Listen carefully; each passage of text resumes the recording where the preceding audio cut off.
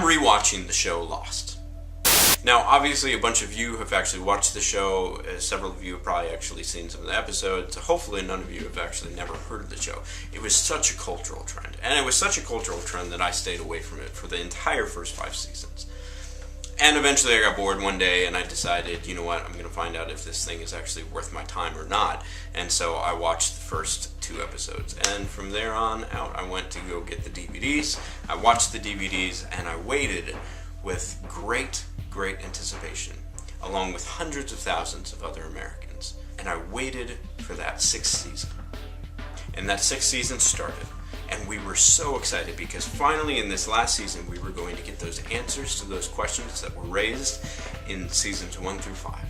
We were going to get some sort of systematic answer for why this all happened. And if this didn't happen episode by episode by episode, it was going to happen in this one grand, magnificent episode at the end of it all. And this one answer was going to explain everything.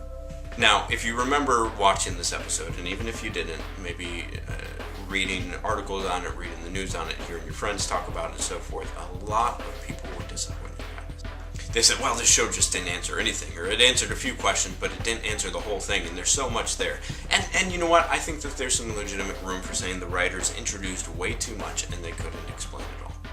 But I didn't like the show because it had a whole lot of riddles, and it had a whole lot of mysteries. And so I thus stand in contradiction with thousands and thousands of people who hated the last episode. I actually liked the last episode. I think that it was a good episode. And let me tell you why. I didn't like the show because it had a lot of mystery. I liked the show because it identified with our human experience. Because the show was about people being lost, about these characters being lost. The island was a metaphor, and a lot of people caught up on this, right? That so much had gone on. There were so many failings, so many regrets, and so many sins in these people's lives that the island served as that place for them to work it all out. The island, they were lost on the island, but more importantly, they were lost in their lives. And so this island, through struggle, essentially brought them to a point of redemption, in which they gave up themselves. Now, a lot of people approached that last episode saying this is going to give us answer after answer after answer after answer. The way that I approached this last episode is, how is this going to make the most sense out of our human situation? And you see through that last season and that last episode that there are, of course, a lot of answers for our lives. There are things that happen through a sort of chaos theory or a butterfly effect, in which we realize that years and years and years prior, this thing ultimately brought us to the point that we are now. I'll give you an example.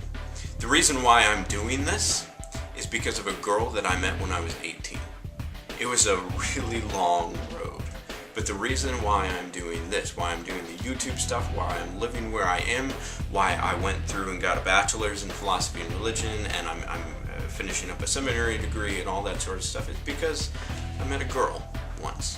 So there are those answers in which you realize that you go back in time and you start to those connections and those relationships that you build and those events that you have, they ultimately lead to your current place. But then there's other things in our lives in which we can't explain. That those chance meetings that we have, those encounters that we have, those relationships that we build, those events that we experience, they don't really make a whole lot of sense to us now. And in fact, it may be that they make sense to you 60 years from now. But they don't make sense to us now. We're confused, we're lost in a certain sense. Those are those mysteries, those questions which are raised in our lives. And here's where I think that last episode did well. I'm glad that they didn't give this grand answer to this. Because so many people approach religion and they approach Christianity and they approach God saying, give us that single answer. Or if you're not going to do that, give us the single answer. Give us a whole lot of individual answers which are going to explain all those questions, all those mysteries, all those things that you've introduced into our lives. And when God doesn't give those answers, people get upset. And they get frustrated and they say, this isn't what I expected it to be. I expected something more.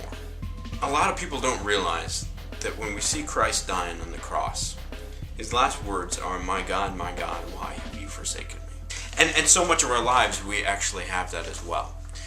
I can tell you countless examples of questions that I've raised to God and say, God, why is this happening? And sometimes there's answers. Sometimes those answers come immediately. Sometimes those answers come years later. And then sometimes those answers never come. They linger beyond ourselves. We cannot approach God and we cannot approach Christianity asking for this single answer, for this grand answer which will explain all those things which we've wondered about, that will explain all the sufferings in our lives, all those failings in our lives, and which will explain why we were lost in the first place. There are some things which are left unsaid. There may be things at the end of our life that we realize, now this makes sense. That now we have those answers to those questions which we had.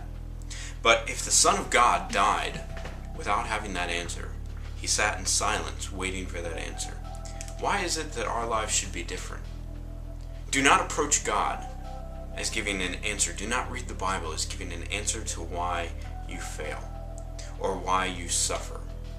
There are some explanations for it, but this grand answer just simply isn't there. Christianity does not offer an answer to suffering. It offers an approach towards it.